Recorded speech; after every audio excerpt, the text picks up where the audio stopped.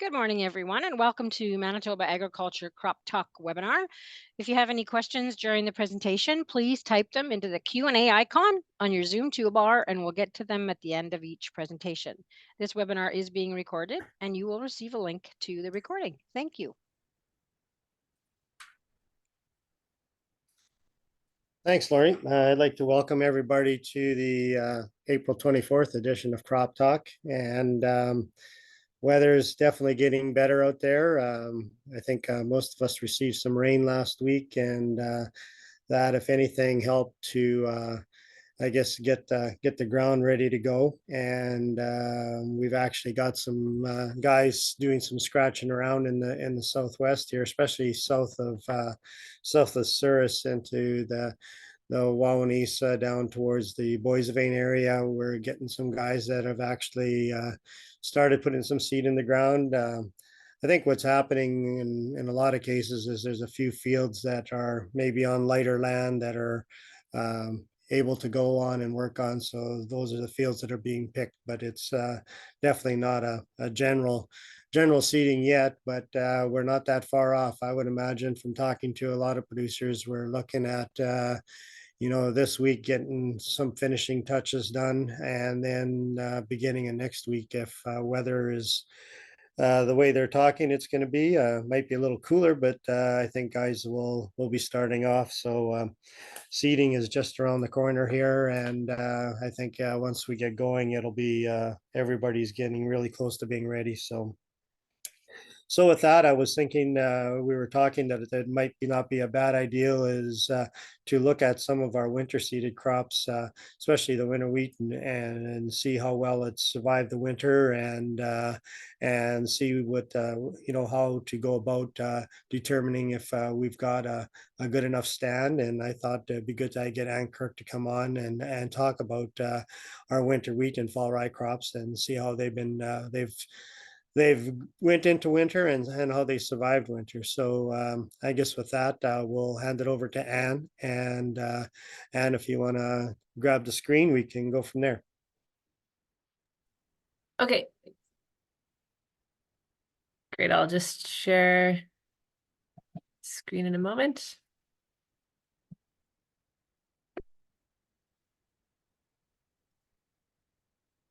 All right. Okay. Thanks, Lionel. So we'll get started talking about winter cereals and how things are looking this spring, and some management factors to consider. So just a rundown on winter cereal seeded acreage. So the 2023 bars at the end are actually what was harvested in 2023. It's not what's in the ground right now. So it's really the 2022 seeded acres. So that's our last figures. So we've been kind of steady or increasing a little bit for winter wheat acres. The last figures, we had about 60,000 acres in winter wheat, 32 of fall rye hybrid, and 52 of open pollinated fall rye. And it's kind of interesting to see, since more hybrid fall rye varieties have come out, we did see an increase in hybrid fall rye varieties for the first couple of years. In the last 2 years, we've seen an increase again in open pollinated varieties. So be interesting to see what was actually planted this year and what the breakdown is. So for winter cereal survival, I saw a couple of good looking fields while driving in the Morden area earlier this week, delivering seed for McVet trials. So here's an example of one very nice lush green looking field, and then another field that's a little bit blurry, but hard to tell, but the stand looks pretty good and nice stubble. So I haven't, in this area, I know there are some concerns with, winter wheat that was sitting in low-lying areas that might have had water ice on it for a number of weeks. And that's definitely a concern for winter survival. But I think in general, fields are looking pretty good. And after this, it'd be good to hear what people have seen in their parts of the province as well. So for winter cereal survival, we are past the point where you'd want to be doing the early season checks, but I'll just give a rundown on what you can do very earlier in the season before the winter cereals have started to green up, like those last pictures I saw. So first of all, winter cereals break dormancy when temperatures are consistently above zero. So we're thinking both day and nighttime temperatures need to be fairly warm for dormancy to break, and it usually takes a couple of weeks of those warmer temperatures. So earlier in the season, like say early March, if people are interested in how their winter wheat has been doing, or they're concerned about winter kill and maybe want to think about ordering seed or something, there are some methods to go into the field and check to see how the winter cereals have survived. So right now, or even like a week or two ago, you could go into the field, dig up some plants and assess new roots. So the picture here shows winter wheat plants, and this is how they would have looked, say, last week, and perhaps even now in some areas, where it's hard to tell from the top growth if it's alive or not, because sometimes earlier in the season before growth has resumed, the field can look pretty brown and not great, but actually the crown is still alive and it's a perfectly healthy plant.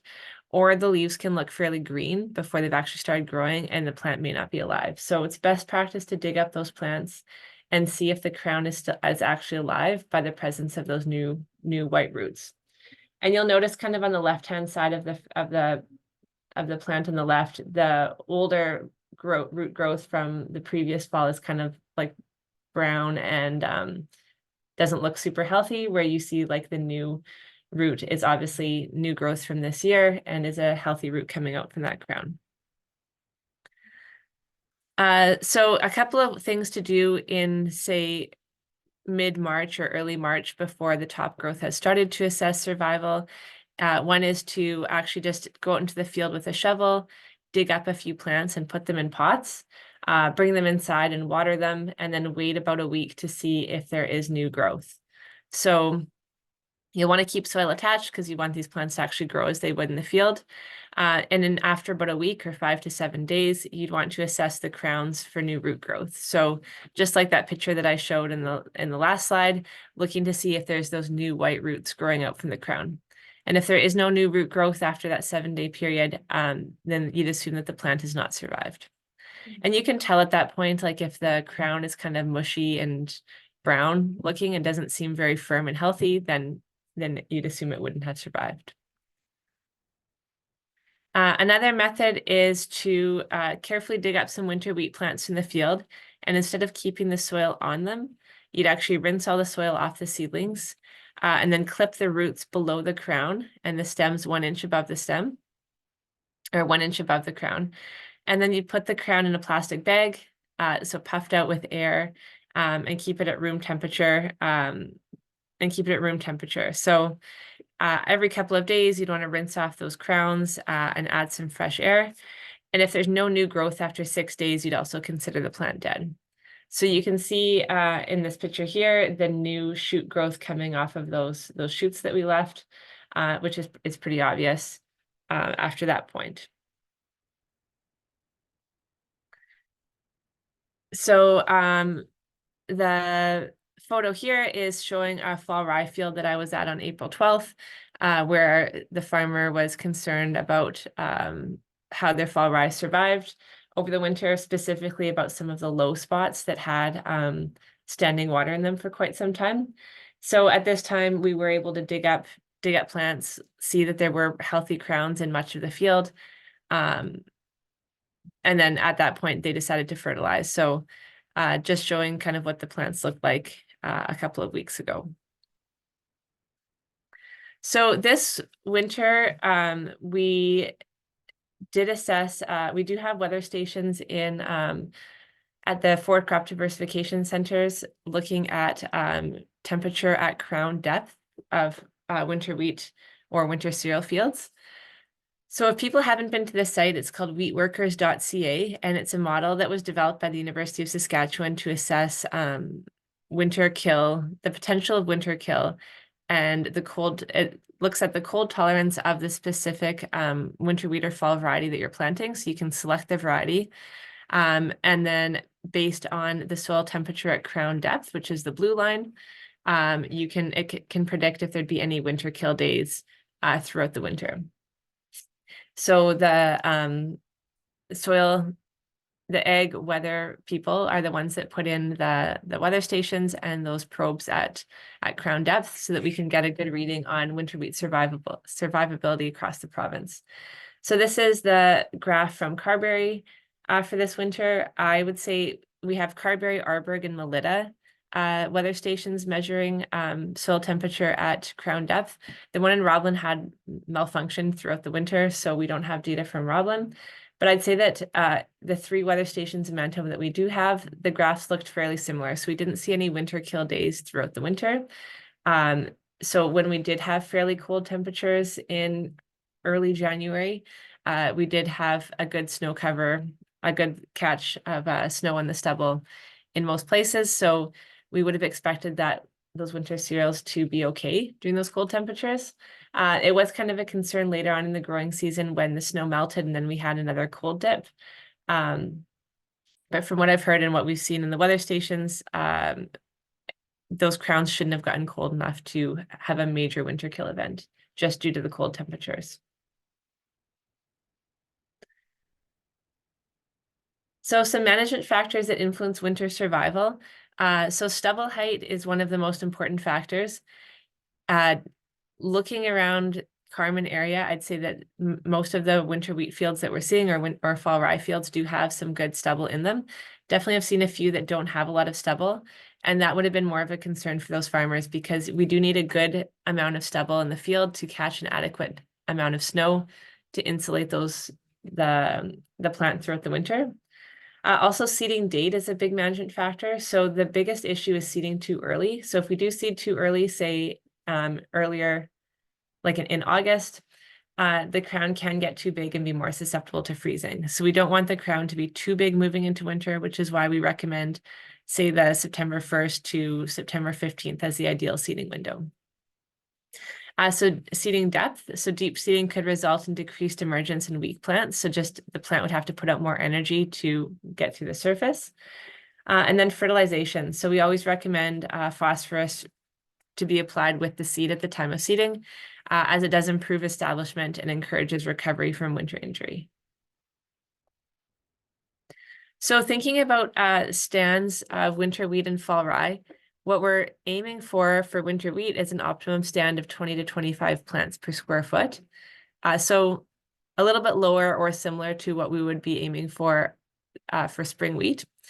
So winter wheat does have a very good ability to tiller to make up for poor plant stands.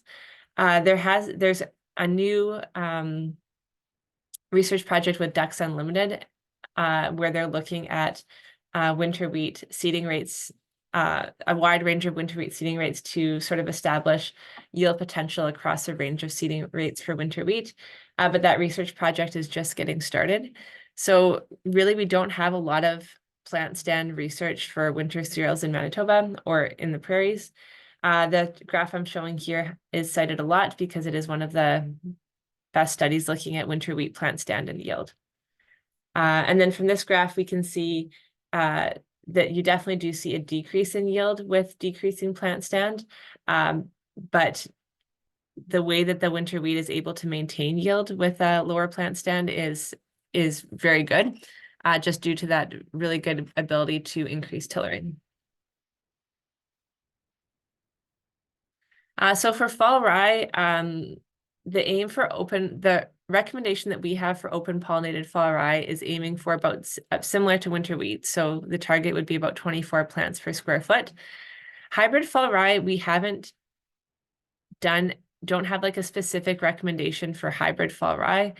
But looking at, so KWS is one of the companies that's developed and sells a lot of the newer hybrid fall rye varieties.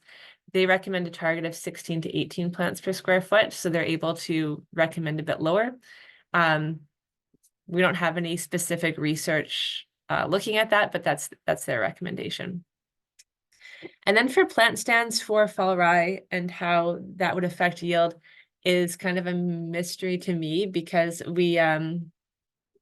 I've looked to see if there's any sort of research out there looking at fall rye yields across a range of plant stands, and I really haven't seen, couldn't really find anything. So fall rye also has a good ability to tiller and make up for poor plant stands. So I think in the absence of some good research on plant stands and the effective yield on hybrid rye, we could consider it fairly similar to other cereal crops where they do have a good ability to tiller and make up for poor plant stands. The issue with winter cereals is they rarely have, there's rarely poor plant stands uniform across the field. So if we had an issue in the fall with the seed bed or some sort of seeding issue or fertilizer issue, you might see generally reduced plant stand across the entire field. But in winter cereals, the biggest issue does tend to be these patches. So in this picture I have up here in kind of the middle of the screen, you can see a patch of where there's nothing green. And that was an area that's a little bit lower where there was water sitting in the field for quite some time this spring. So that's one of the bigger concerns for most people that had winter cereals was we did have those really warm temperatures in February and sometimes maybe even part of January, where temperatures were quite warm. We did see a lot of melting, and then it froze again. So we ended up with these large frozen puddles basically in the field. And winter wheat, although it is dormant or in fall rye, it's still respirating a bit. So it still does need some oxygen to keep it alive throughout the winter. So having that sitting in water and sitting in ice for that period of time would have resulted in winter kill. Because it's respirating very slowly, it can sit underwater for longer than an actively growing crop, but it still was underwater for too long to survive. So in these fields where we have small patches of poor stands in the field, the best option is to leave the field so just keep the field, but focus on management strategies. So good weed control, because we don't want to have weeds out of control in those areas. Early application of nitrogen to encourage tillering and, produce a good stand where we do have, even if there are thin plants. And then increased disease scouting, since weakened plants may be delayed in growth, leading to increased risk of infection. And I should point out that in this dead looking patch here in the middle of the field, although it looks very dead, there were, a few winter cereal plants there. So there is a potential for, even in a very thin stand there, for those plants to have a lot of tillers and actually cover part of the ground and provide some sort of yield. So it does become more difficult when there's fields with large patches of poor stands. So trying to determine what to do in that case can be fairly tricky. So the two options are either to replant or to keep the field and adjust management based on that poor stand. So if you're thinking about replanting, first you'd have to contact MASC before destroying any fields. And then when replanting, you try to avoid replanting to cereals, especially wheat, to reduce the risk of wheat streak mosaic. But some of the decision making would be like, what kind of fertilizer have you already applied to that field, and what the seeding date is, and how okay you're going to be with having some winter wheat volunteers in your field. So winter wheat is fairly difficult to kill. So if you are replanting, you'll likely have some winter wheat volunteers as well, or plants that just don't die. And if you do decide to replant to a cereal, the recommendation is 2 weeks of no living green material to try and mitigate the risk of wheat streak mosaic. But there's always going to be some plants that don't die, and 2 weeks can be a long period of time if you're looking to reseed. So just something to take into consideration. If you decide to keep the field and want to adjust management based on that poor stand, one of the bigger considerations would be weed management. We don't want to end up with just huge patches of weeds in the field. So in order to provide some soil cover and reduce weed and provide some competition against weeds, you could plant a crop into those bare patches for weed control. So in some cases, people will plant winter wheat into those patches. So winter wheat planted in the spring will not vernalize, so it won't produce a head, but it will provide ground cover and compete with those weeds until harvest. And then another important consideration also with wheat streak mosaic is that spring seeded winter wheat will need to be killed with tillage or herbicides after harvest to also minimize the risk of wheat streak mosaic. So we wouldn't want to have those green plants, those green winter wheat plants going into fall that could provide more of that green bridge. Seeding spring wheat into those large gaps is also an option, but just keep in mind that if winter wheat and spring wheat are mixed at harvest, the grain would only be eligible for the feed wheat class. And also in a year, if we do have a high risk of fusarium head blight. The spring wheat would be at a different stage than the winter wheat. So harvest management can be difficult, and management for fusarium head blight may be difficult as well. And if there are quite large patches in winter wheat that's going to be reseeded to spring wheat, I would recommend like cultivating around those patches so that you could try to keep the spring wheat and winter wheat separate at harvest and not end up with some sort of cross-contamination. So I did talk a little bit about wheat streak mosaic, but I just wanted to touch on it a bit more here. So wheat streak mosaic is a viral disease of wheat, and it can infect most cereal crops, so barley, corn, and some grasses, but it's most common on spring and winter wheat, and wheat is the only cereal that's really seriously affected. So the virus enters the leaves and spreads to all parts of the plant. Infected plants are usually stunted and produce fewer seeds, which are often badly shriveled. And the earlier the infection, the greater the effect on the plant. So you will rarely see wheat streak mosaic on winter wheat plants in the fall, but you would more than often, like if it's infected, you'd see those symptoms like the streaking of the leaves in the springtime. So it's transmitted by the wheat curl mite and by leaf rubbing, and that mite can be blown from field to field by the wind. So the mite and both the mite and the virus overwinter on winter wheat. So in spring, the mites multiply rapidly and are blown into the spring wheat. The spring wheat can keep the mite and the virus throughout the summer.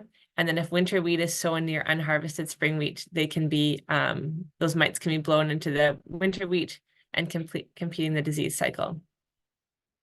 So you do need, thinking about the disease triangle, you do need that population of mites and the presence of virus-infected plants and moisture and good plant growth for good mite reproduction. But you can have severe outbreaks when there's a buildup of mites and the virus on volunteer spring wheat fields next to winter wheat that was planted early. So when we're thinking about reseeding winter wheat, if you do have wheat streak mosaic in your winter wheat crop, you wouldn't want to be reseeding a diseased winter wheat field with spring wheat because it'll just transfer right over to the spring wheat. And diseased winter wheat plants would be difficult to eliminate completely in the spring. So if you decide to replant a field and there is wheat streak mosaic in that field, it's extremely difficult to actually completely eliminate winter wheat plants and then have no growth for that 2-week period before planting the spring wheat. So it'd be better just to plant another crop there. So the mites can't survive more than 10 days without living cereal plants. So that's why we recommend a 2-week window between infected winter wheat and planting spring cereals. So just some considerations for terminating poor stands of winter wheat. So winter wheat is very hard to kill. And we know that tillage and herbicides are unlikely to control all plants, especially if some are suffering some winter injury and if there's slow spring regrowth. So those plants have to be actively growing in order to kill them. So you'd want to delay herbicide applications until plants have greened up and are actively growing. And then likely if you are terminating that winter wheat plant, you'd have to use some in-crop cereal herbicides to kill those volunteers in many cases because it is difficult to completely eliminate a winter wheat stand. So I want to move on to fertilizer. So it is recommended that if you are applying spring fertilizer that you apply quite early so that that crop can make good use of it. So I know that there has been some fall cereals have been fertilized already, which is great. But just to talk about general principles for fertilizing winter wheat, in Manitoba, the standard used to be that we would apply all the fall cereal fertilizer in the spring because we do typically have a wetter climate. So applying in the spring would allow, the moisture in the spring would allow that fertilizer to move into the plants. But if we are applying all of the fertilizer in the spring, the risk is that if we have a dry spring and there's little rainfall to incorporate the nitrogen, then the winter cereals wouldn't be getting all the nitrogen that they require. There's also some risks with fall fertilization. So if we do have excessive amounts of nitrogen in the fall, we can have a lot of top growth, which can reduce winter hardiness. And there's also the risk of nitrogen loss. So if we have leaching and denitrification in wet winters and springs, we can lose a lot of that nitrogen that was applied in the fall. And just for the lack of winter hardiness, if we have excessive crop growth, there has been research showing that, having seed place phosphorus, which is always the recommendation, can be effective at counteracting this lack of winter hardiness. So if you are applying all of your nitrogen in the fall, just making sure that there's adequate phosphorus fertilizer as well applied with the seed. So to reduce the risk of loss, we would recommend a split application of nitrogen in the fall and the spring. So if we do have, say, either a very wet or a very dry spring where we can't, if it's very wet in the spring and we can't get on the field for quite some time to actually spread fertilizer, that could be a risk because we do know that the winter wheat crop needs that fertilizer for early growth.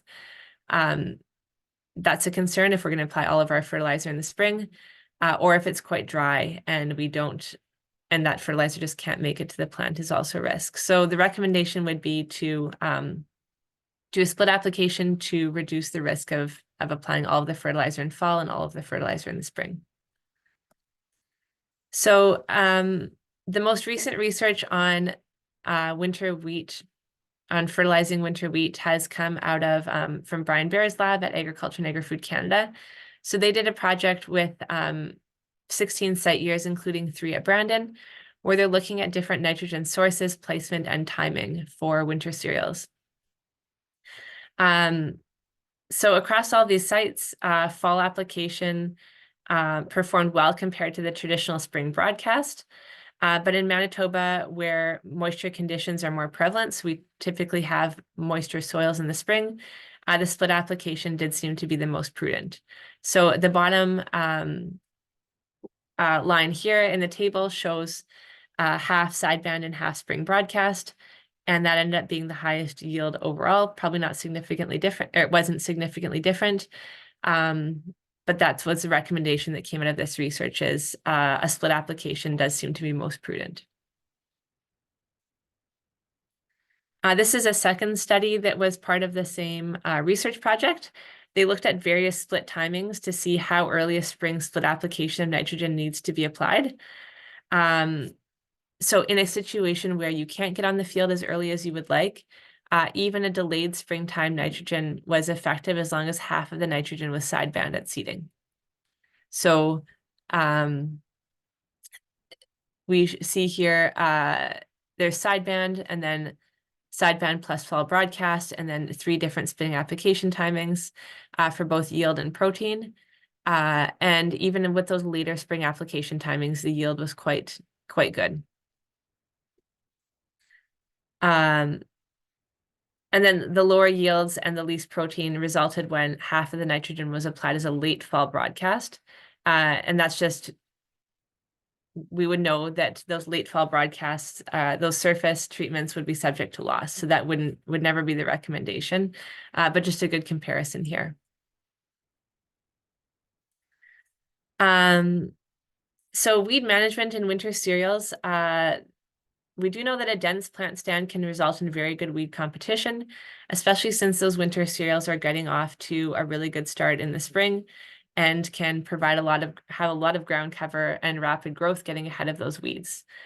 So winter wheat can choke out many weeds, particularly summer annual weeds in the spring.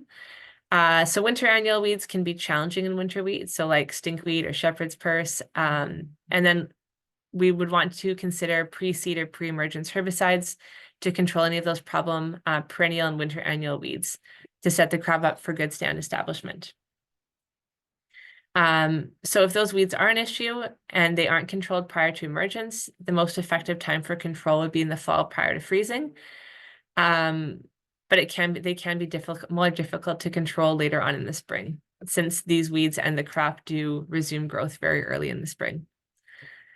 So that's all I have for winter wheat and fall rye management. So I guess there might be questions for me or for weed disease or soil focus. Yeah, okay, and just going to fire off a few questions that have come in. The one question, I guess you talked about it a little bit, and it was regarding the cool temperatures we had last week, and some areas were, -10 to -15 with the wind chill there, and some of the questions were, how is that going to affect some of the stands? Was it a long enough period, or was that it could handle, a few days of that? Yeah, like winter cereals are very cold hardy in the spring. So yeah, they can handle a couple of days of those colder temperatures. I should have pulled up a graph looking at or I should have included a graph looking at cold tolerance of winter cereals in the spring, but they should be okay. And really, we just want to make sure that the crown is still underground at this point until stem elongation time. So we would expect that the crown at that, 1 inch deep in the soil would be very protected from those cold temperatures. And even if we did have some dieback in crop growth due to those like quite cold temperatures in parts of the province, the crown and the roots would still be expected to be alive and can reestablish new leaves. Okay, so even if it had started to grow already, they would just keep regrowing from the crown, even though it may have lost a couple or leaf or two. Yes, yeah, that's correct. Okay. Another question that came in was regarding determining your stand, and you were talking about plants per square foot. The question was on different row spacings. How many, like, how would you measure? Would you measure just one row? And if you're measuring just one row, how many feet would that be? Sure, yeah. So for different row spacings, we'd still be looking at a similar number of plants per square foot. It is tricky, like depending on how you are measuring it. So I would have to like calculate that out. But like if you have, say, a 1/4 meter squared or a hula hoop or something like that, making sure it's trickier with wider row stands to make sure that you're getting a good plant stand because, like how many rows are you actually putting in that hoop or measuring device. But I would just want to count a couple of rows of feet in various parts of the field and then looking at your row spacing. So if you have 12-inch row spacing, 12 inches by 2 feet of row is my mental math. I guess like 12-inch row spacing by 1 foot of row is a square foot. So just assessing just making sure that you know how much you're counting. So if you have 8-inch row, it'd be 8 inches times 12 inches is, less than a square foot. So just making sure you're calculating it properly, I guess is what I'm trying to say in a very not clear way. No, I think I understand. They're just, I think, like you're saying, you just need to figure out how long the width of how many rows in a square foot, and then you just do Yes. that as one row then. Yeah. So, And doing it in a few different areas in your field. So looking at like, what it looks like in general, and then also looking at some of those poorer areas to see, what your plant stand is in those poor areas, depending on how big those less populated areas are in your field. So just making sure that you have a good estimate of like what the plant stand is in the good areas of the field, and also the plant stand in the poor areas can help you make that decision. okay. How late is too late for your fertilizer application? So I think probably going to what staging do you need to get it on before, or leaf staging do you need to get it on before you're starting to lose yield? Yeah, so you would want to be applying it early. So the earlier the better. And I guess it really depends on if you did apply a portion of your fertilizer in the fall, or if you're planning to apply all of your fertilizer in the spring. So if you have applied, say, 50% of your nitrogen needs in the fall, then you have some time and it's not a huge concern about getting the nitrogen on as early as possible. So that research that I showed that took place across the prairies, they still had quite good and even the highest yields with applying a portion of the nitrogen fertilizer at the swollen boot stage. So I wouldn't recommend that. Like I think it's better to get it on at least stem elongation. But And that's only if you applied a portion of your fertilizer in the fall. So if you have a portion of your fertilizer already applied, you can wait until, say, stem elongation or even a bit later and not have a huge risk of reducing yield. If you didn't apply any nitrogen fertilizer in the fall, or just the nitrogen that came along with your phosphorus application, then getting it on as early as possible is important. So we do know that, like the wheat's actively growing, and it does need nitrogen to, a good amount of nitrogen to make sure that the yield components are going to be established properly. And by that, I mean like enough nitrogen to support the number of tillers that the plant's going to produce and support large heads and enough seeds per head, because those factors are determined very early on in the growing season. And if your plant is short of resources early on, then you're limiting your yield from the get-go. Yeah, and once we get some warm weather here, it's going to go through its growth stages fairly fast too, right? So I think that's something that producers sometimes get caught on. Yes, yeah. So, like the winter wheat in some areas and fall rye looks pretty good and vigorous. So, and it is tricky at this time of year, like if fields are still wet and you're trying to get seeding and doing a number of other things, but it kind of highlights why it is nice to have a portion of your nitrogen on in the fall already, so that you don't have to worry so much about how much nitrogen, or getting your nitrogen on at the right time in the spring. Okay, and going to jump right into the panel here, and I think Kim Brown is on too, and talk a bit about weed control. And one question came in about timing wise and spraying and temperatures. So maybe I'll ask Kim to maybe address that one. Okay, thanks, Lionel.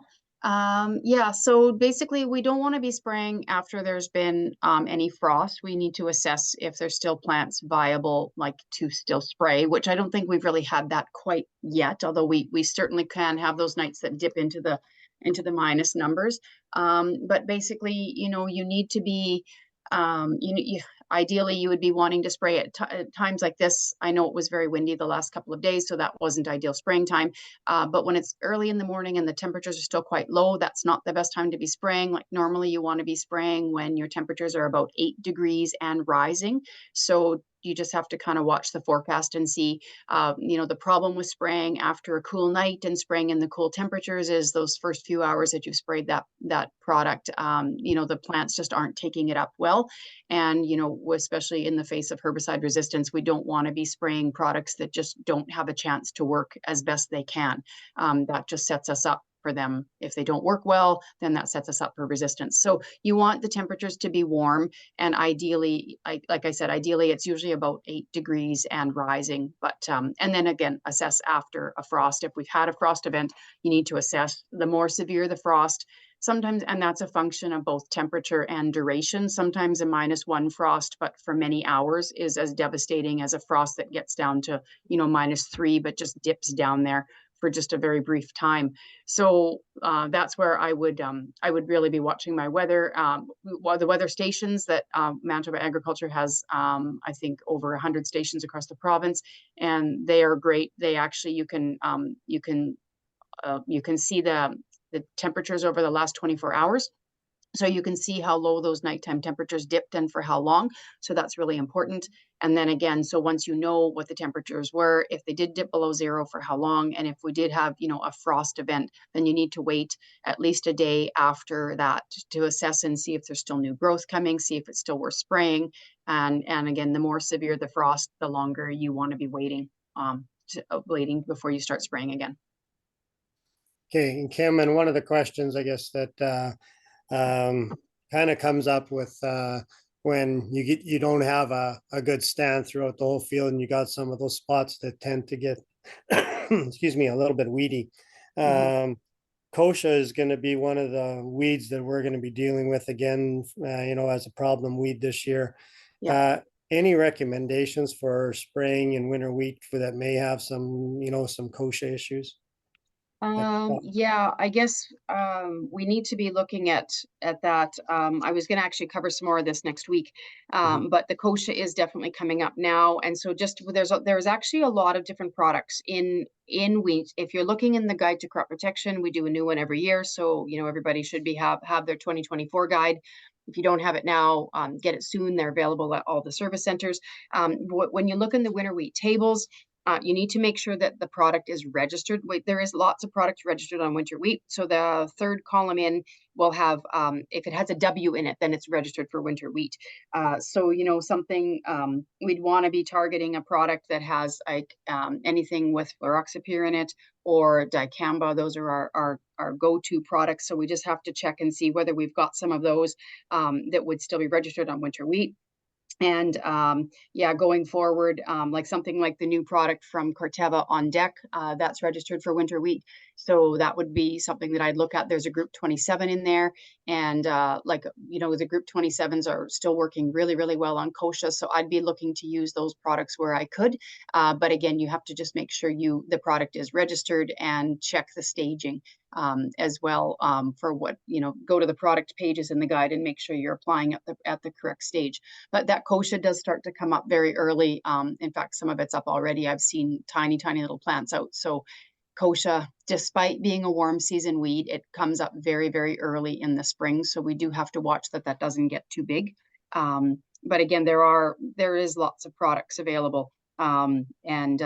You know, like I said, anything with a group 27, there are other products as well that we could use. But that's something that just off the top of my head, something like the new on deck, I think would be something to look at. Okay, good. Thanks, Kim. Next one here is I put up this slide regarding wheat streak mosaic, and I just was I know Anne, you covered it really well. David Kaminsky's on, our pathologist. I was just wondering if David had anything you wanted to add regarding wheat streak mosaic. Sure, Lionel. No, Anne did a really good job of covering the disease, and I like the idea of planting winter wheat into bare spots for weed control, especially with that lack of vernalization. You won't have crop, but at least you'll have competition against weeds.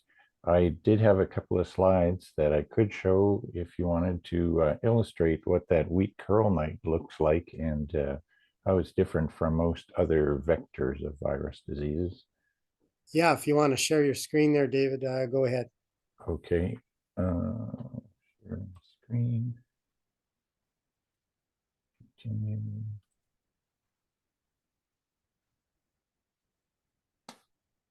Okay, you see that picture of Todd Andrews standing in a winter wheat crop? This is from the early 2000s. And as Anne mentioned, the winter wheat acres were much higher at that time. And so we were often going to look at this kind of situation where a winter wheat field was infected from an adjacent spring wheat crop. And there's often an edge effect because these mites are flightless and they can only move by the action of wind. They don't have wings. They don't fly.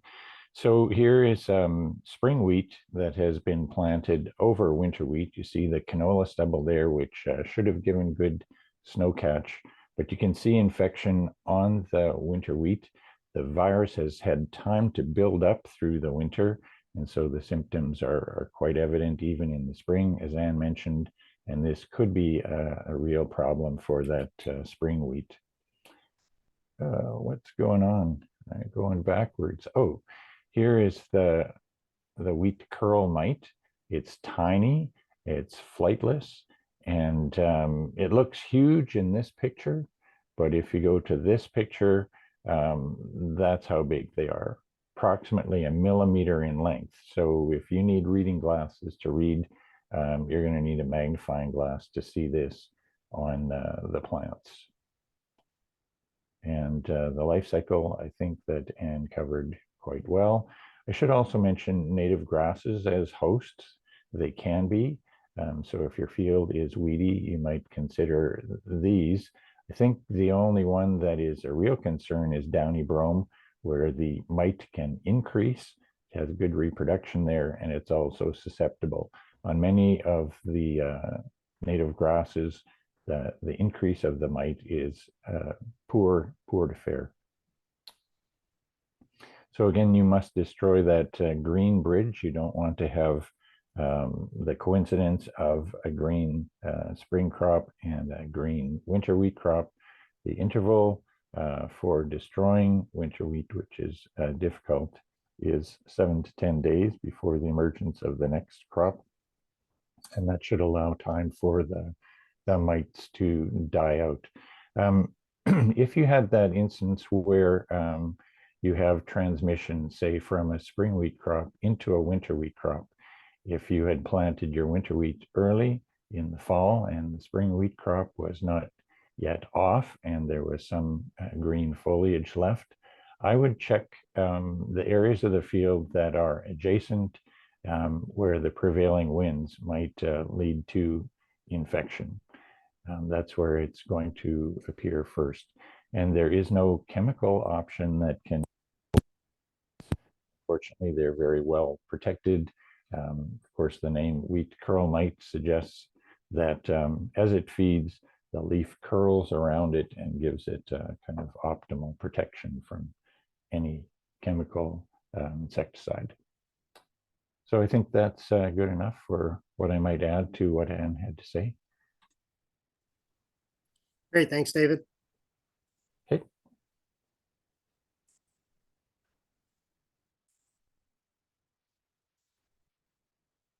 Okay, let's see. The next questions are for Allison Sass, who was on here last year, our ag meteorologist, and she gave a presentation and there was a couple questions. One regarding La Nina that she said that she would do some research and get back to us, and then another question that came in later. So Allison, if you want to start with La Nina question, and then we'll go from there. Sure, Lionel. So I did look into a little bit of La Nina. It's tough to say how it will impact the prairies. Quite often, both El Nino and La Nina tend to impact the Pacific areas a little more on the coast. But they are predicting that La Nina can result in cooler temperatures on the prairies and occasionally more moisture. What our challenge is right now in terms of predicting how La Nina is going to impact this year is we're kind of in that transition zone between the El Nino and the La Nina. So what I read was the next couple of months, so probably into June, July, might be a little bit unpredictable as we're going through that kind of transition phase. But usually La Nina results in a bit cooler than normal temperatures. And it can last, La Nina can last up to 1 to 2 years too. So it's kind of a wait and see what happens. But again, they're probably predicting cooler temperatures and maybe a little bit of moisture. However, that being said, there's a lot of things that can impact those effects as well. So there's some concern about wildfire season happening a little earlier this year because it was so dry across the prairies, and that can impact our temperatures overall as well. So again, kind of a wait and see, but overall, usually La Nina means cooler temperatures. To address the question that Lionel has up on the screen. So the network of station appears to be extensive enough to accurately record extreme temperature events relevant to most farms. Should we be able to offer extreme heat and cold crop insurance programs such as Saskatoon or apple flower killing frost following sufficient heat days?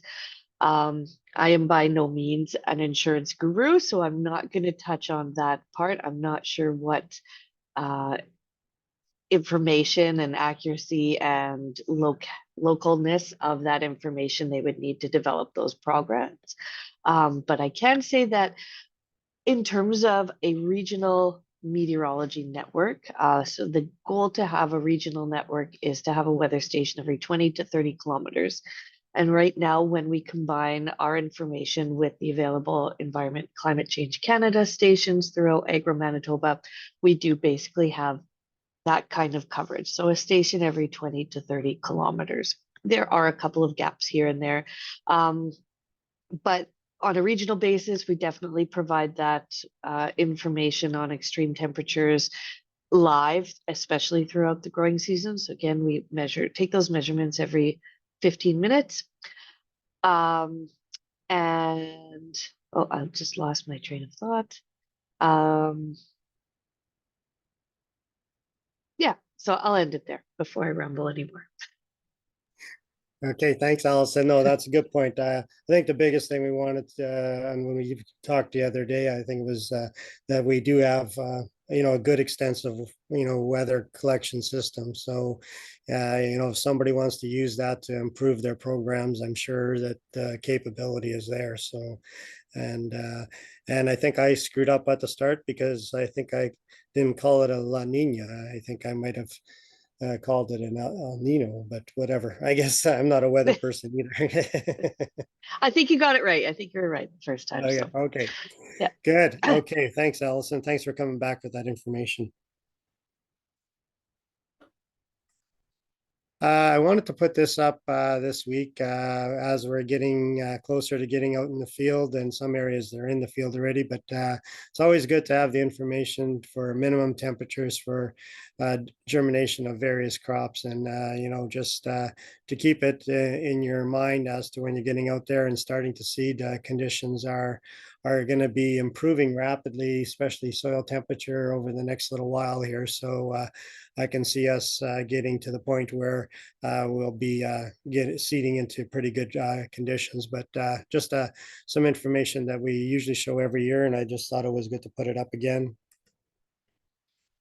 Kim mentioned the field crop production guide, and again, just wanted to mention it. They're available at all the ag service centers. Probably all of the extension agronomists are going to have them with them as well. So if you're wanting a book or needing a book, definitely look at getting to the ag service centers, or are contacting the any of the crop production extension specialists. I know a lot of us like to carry a box in our vehicle, so if we're in your area, we definitely could get a book to you if you need it. So definitely a book that we're going to get into the season. And as Kim mentioned, there's different chemicals that have come up. There's some promising new ones for helping out in some the harder weed controls. So I think that'll be good. And Kim will be on next week talking about some of the new products as well. There are livestock people, so if you've got any questions as we're getting closer and closer to pasture season, if you got questions regarding getting cattle out there, a lot of people are still in calving mode. So if you got any questions regarding nutrition, give these people a call. Our service centers, the locations, the numbers, the 1-800 number for MASC. And questions, give myself or Lori a call. There's my phone number there, our email addresses, and join us next week for May the 1st. We'll be into seeding. If it's May 1st, everybody wants to be seeding in May. So hopefully we'll be in a full seeding progress by then. So thanks for attending. Thanks for the presenters, and hope to see everybody next week.